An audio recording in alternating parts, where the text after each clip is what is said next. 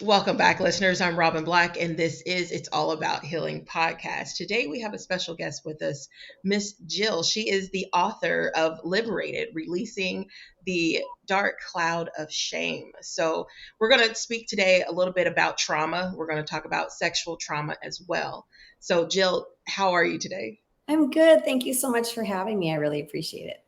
No problem at all. So, tell us a little bit about yourself and about your book. Yeah. So I always like to, at the very beginning, tell people, this is a very triggering conversation. And in my experience, sexual trauma comes in waves. Like sometimes you'll remember and then you forget, and then you remember and then you forget. And sometimes you've completely blocked it.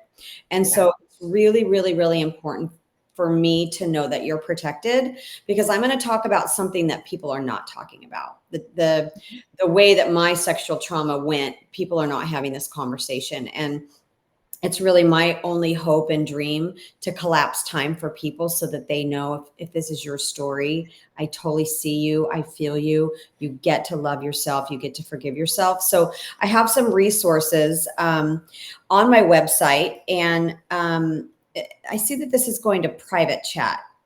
Sorry, I know you wanted me to post something in the chat with my resources, but it says private. No, I'll put it in the show notes. Oh, okay. Sorry. So sorry. I misunderstood. Okay. So No, you're anyway, I fine. do have resources on my website. So if any of this is triggering to you, please, please, please reach out. There's anonymous resources on here where you can just find somebody to talk to. So I'm just going to dive right in. And I also want people to know that, if you see me talking about this and I'm not super emotional about it, I've said my story so many times that it's lost its power over me. And so you get to know that that's something that you are able to access as well by talking about it, because shame cannot live in the light. So when I was 3 years old, I was molested, 3 or 4. I don't remember who did it. None of that matters. I forgave that person a long time ago, because I know hurt people hurt people. And it's really important in your healing to forgive. And you're not forgiving the person for them, you're forgiving that person for yourself, so that you can move through all of that and get to a place of healing for yourself. But what happened because of what somebody did to me is what I get to talk about. And trust me, I would have never chosen this for my purpose in life. This was God. And, but I get to be here as a resource and help for other people. But so what happened is, because of what somebody taught me to do sexually, I was experimenting with other children at a young age. I was experimenting innocently and curiously with other children. And I lived with debilitating shame for 41 years, because I thought I was the only little girl who ever did anything like that. Yeah. I think we froze. Yeah, it looks like your screen froze. Oh, there it is. There we go. Yeah. Excuse me. Yeah, I thought I was the only little girl who ever did anything like this. And sadly, it's quite common, and nobody's talking about it. So that's why we're here today, Robin. Thank you for giving me the space to do this with you. No problem at all. So tell us a little bit about that. So you said that it happened, unfortunately, when you were about 3 or 4. So when did it kind of take over for you? I think I was around 7. I was in between the ages of 7 and 12 when I started acting out. Yeah. And what exactly were you doing to kind of, what do you call it, replicate what happened to you? Well, I was doing what somebody taught me to do sexually, Yeah. so I was acting out in the same way that somebody taught me to do. And unfortunately, with sexual trauma too, it's not, it feels good. So little kids want to experiment with that because they don't know any better. They don't know Right. this is wrong. Right. Absolutely. Absolutely. And did those other children, did they just kind of just jump on board, or were they kind of uncomfortable? Like, how did you know yourself that it was wrong, or did you not know yourself at that age that it was wrong? I didn't know that at that age that it was wrong. Yeah. No. And so what age were you when you started realizing this isn't right? Yeah. Well, at the age of 12, and this is in my book, which is why I'm able to share about it. At the age of 12, an adult caught me in the closet with another child. And that adult said, little kids go to hell who do that. Mm-hmm. And, there's that pivotal point. Every child is going to have something in their life that messes them up a little bit. It just happens.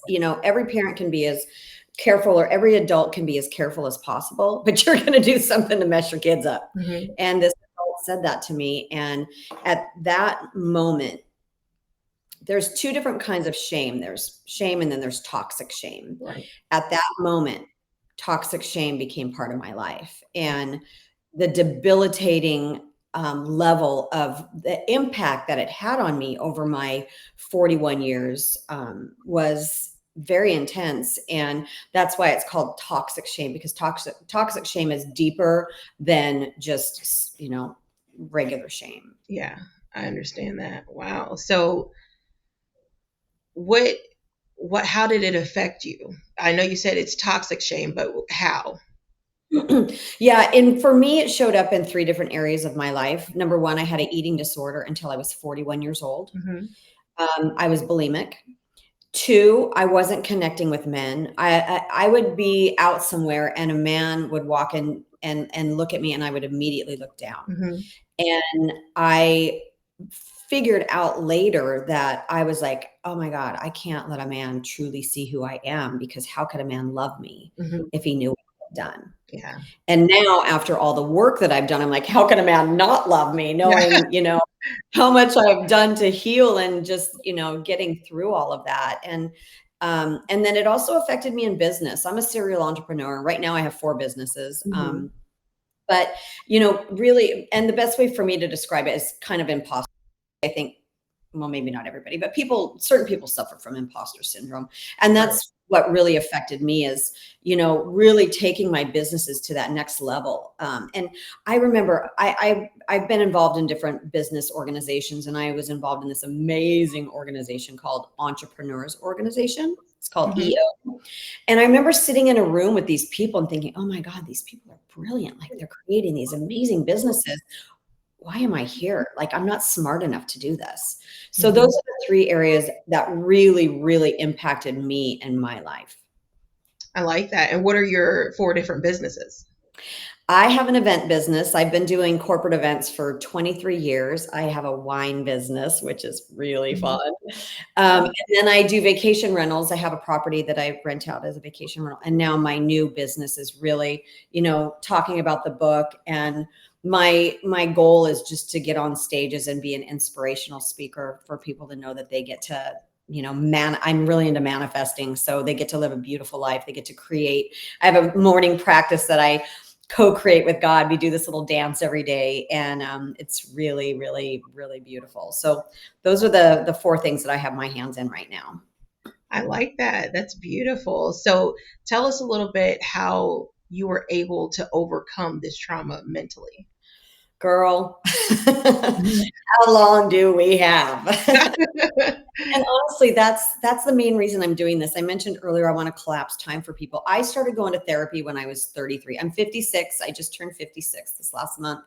And I at 33, I met a group of girls, and they were emotionally healthy. And I knew at that time that I wasn't connecting with men. And so I started going to therapy. I also did landmark education. Do you know, have you heard of landmark? No.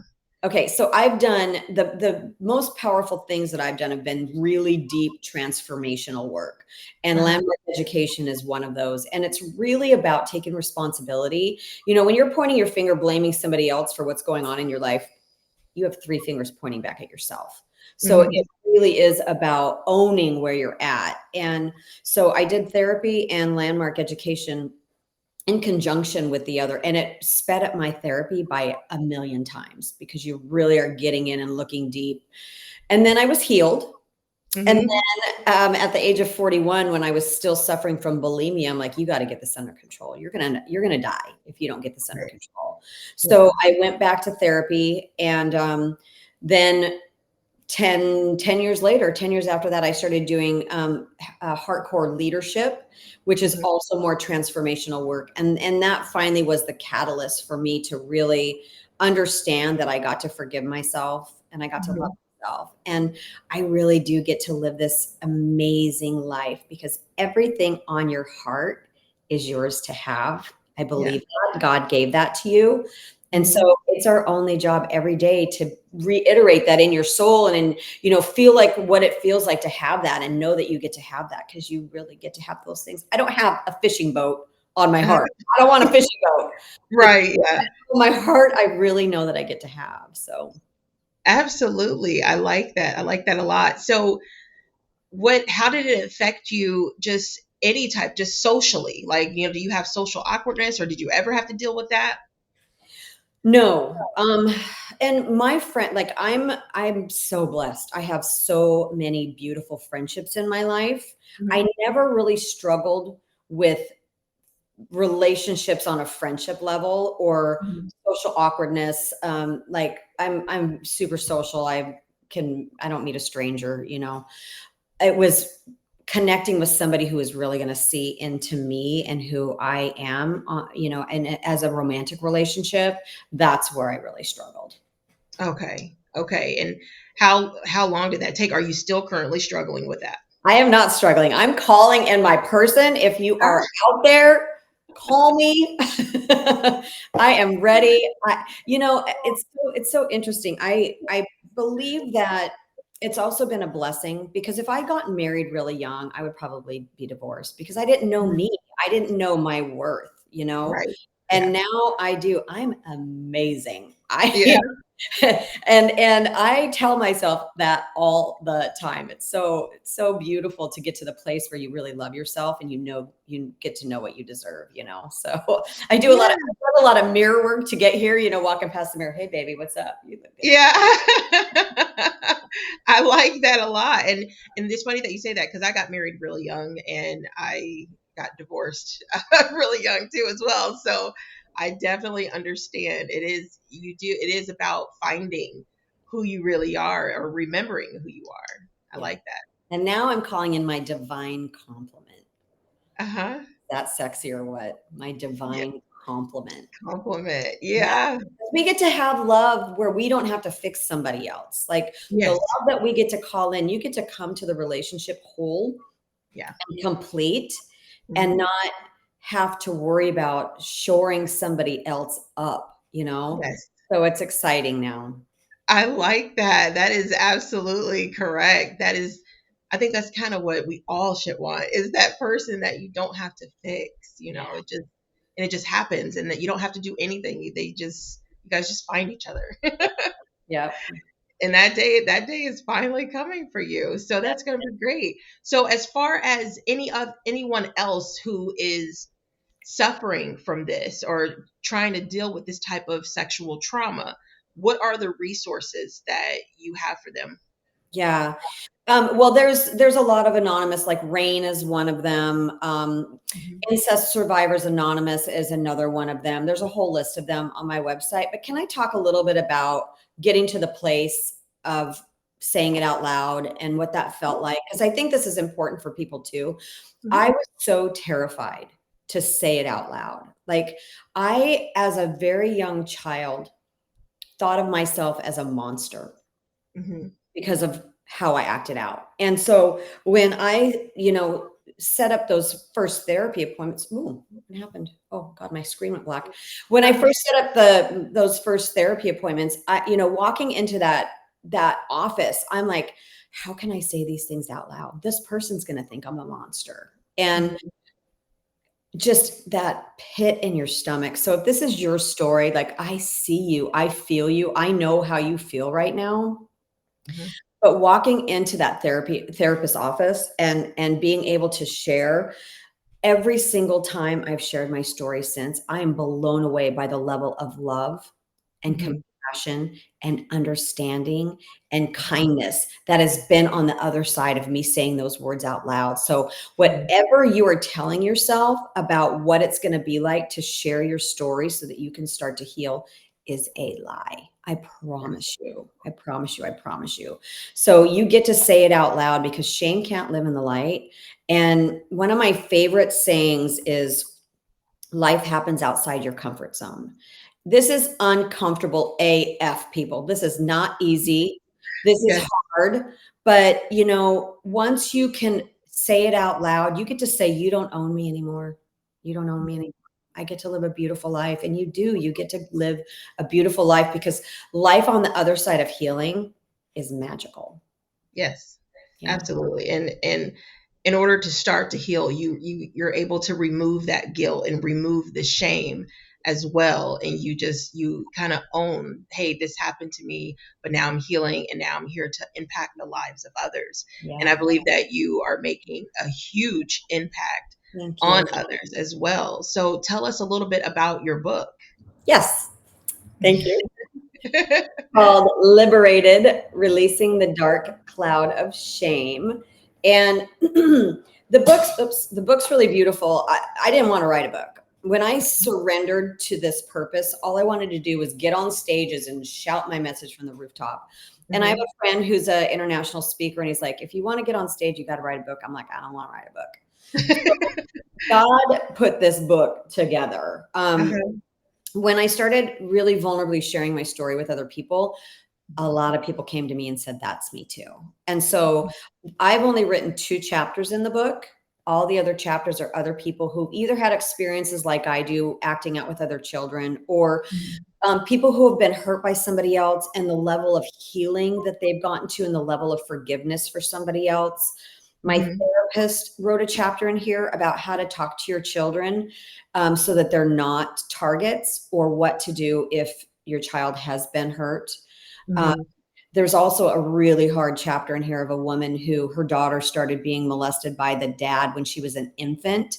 And she Mhm. goes through the court case and just the struggle, and, what to do in order to get your child away from the person who's hurting them. Mhm. And then Okay. the last chapters in the book, for me at least, I hope people feel this way. They're more inspirational, because this is not an easy book. This is a very difficult book. And so when you buy the book, if there's a chapter that's triggering you, go to the next chapter, put the book down, do whatever you have to keep safe, because the chapters are not dependent on one another. So Right.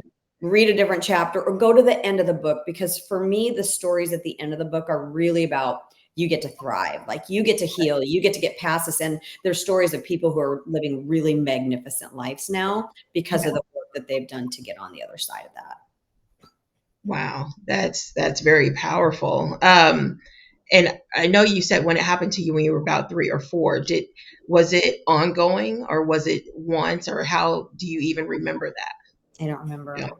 And the Okay. thing is, I feel so bad for my parents, because I have the most beautiful parents in the whole wide world. And Mhm. they, my mom's like, how could this have happened to you? We knew where you were all the time. Yeah. Unfortunately, it's typically somebody very close to you. And I believe that's why I don't remember who it was, is because it's Mhm. somebody that I really loved and I was really close to, Yeah.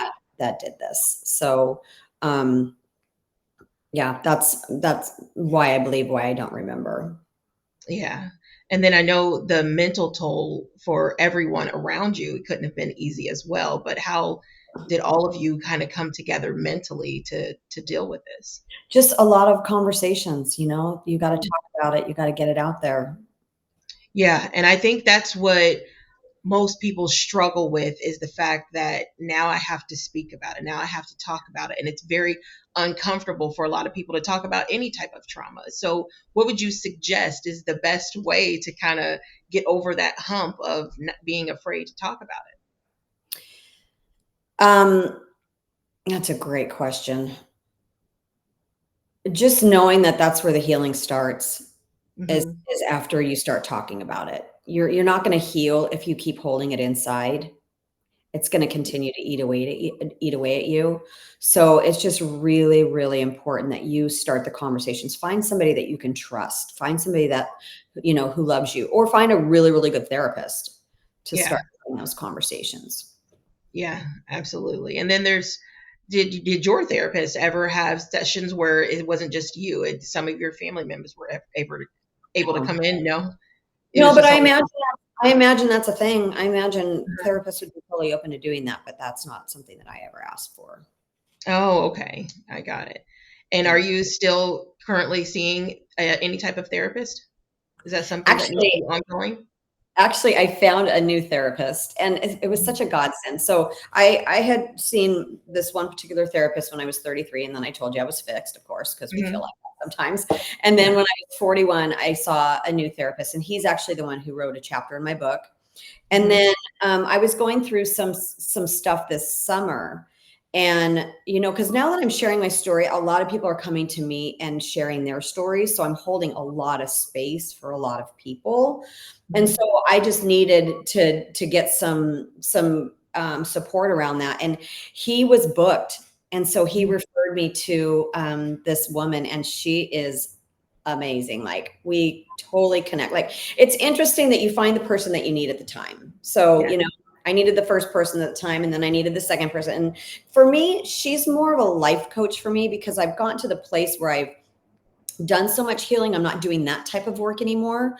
I'm doing Mhm. work around right now on what does it look like moving into this new phase of my life, because right now I'm looking to find partnership, affiliate partnership, Mhm. because I'm not a therapist.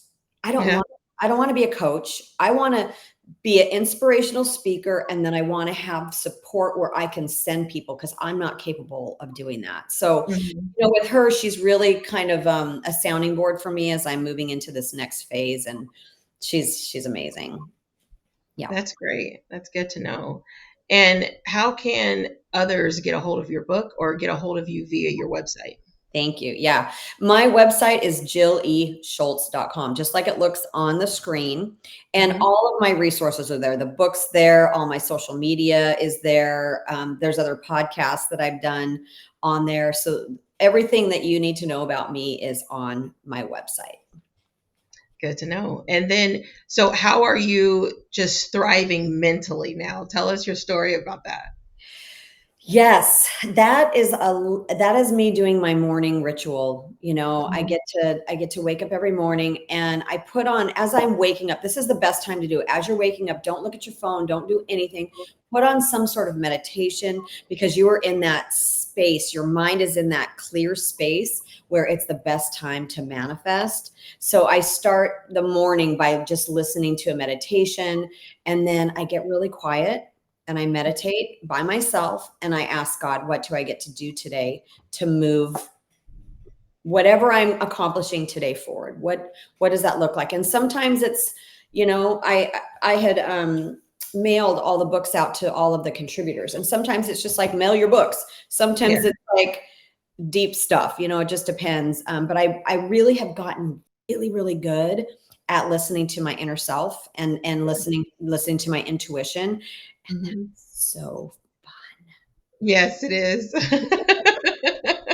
Yes, it is. It fun. takes a lot to start knowing how to do that. You have to honestly go through a lot just to be able to get a handle of, let Yeah. me listen to my intuition and let me know when God's speaking to me and telling me what to do next. So I do. I love hearing that. That is beautiful. So I love this. I love this saying, and I do every week. I do a Monday morning motivation. I do a power coaching call. Just like a little 3-minute clip on my social media, and I do Jill's joke of the day. And then I love music, so I'm posting songs. So you're going to see all this stuff on my website. But Uh-huh. next week we're going to post success leaves clues. Yeah. And I love that so much. And I was Googling it. And when you Google it, it doesn't delve to it. From what I found, it only talks about business. Like, it says, somebody else has done this before, follow their example. My screen went black again, and then I muted myself, I guess. I don't know what I'm doing over here.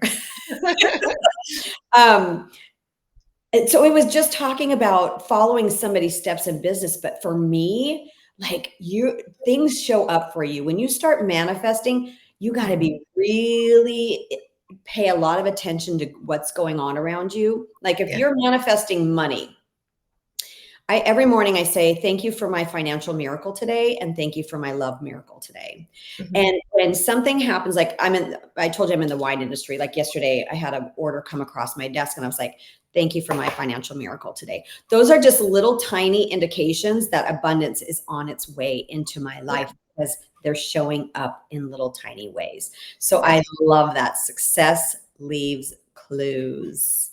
I love that. And tell us a little bit about your winery. That seems so amazing. Well, I don't have a winery. I work with a family called Boisset, and Uh-huh. it's a direct sales company. So I have a team of about 650 people who are Uh-huh. also out there selling fantastic wines, and the wines are really beautiful. They're out of Burgundy, and Napa and Sonoma. The collection is incredible. So Uh-huh.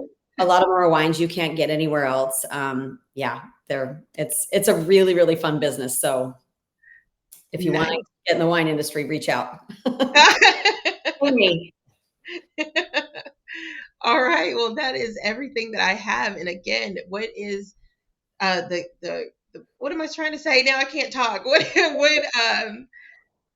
word that I'm looking for? I can't believe I just went blank. Right. What would you anyone who's in trouble or any type of anything, what would you suggest? Yeah.